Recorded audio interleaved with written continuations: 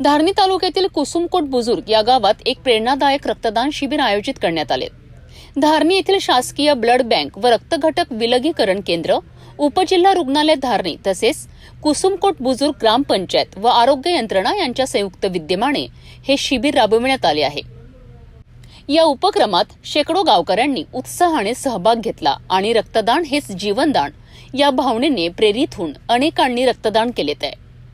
शिबिराचे उद्घाटन सरपंच प्रेमलता सतीश भिलावेकर यांच्या हस्ते करण्यात आले। त्यांच्यासोबत सचिव संदीप पटोरकर, डॉक्टर प्रियंका काळे, ग्रामपंचायत सदस्य, आशा वर्कर्स, एमपीडब्ल्यू व ब्लड बँकचे आकाश वाघमारे, अविनाश यादव, प्रियंका परदेसी, अतुल खंडारे हे मान्यवर उपस्थित होते। या शिबिराचे नियोजन आणि अंमलबजावणी अतिशय सुनियोजित पद्धतीने करण्यात आले। डॉक्टर प्रियंका काळे यांनी वैद्यकीय दृष्टीने शिबिराचे निरीक्षण केलेत, तर सर्व वैद्यकीय अधिकारी आणि कर्मचारी यांनी दक्षतेने सेवा पुरवली।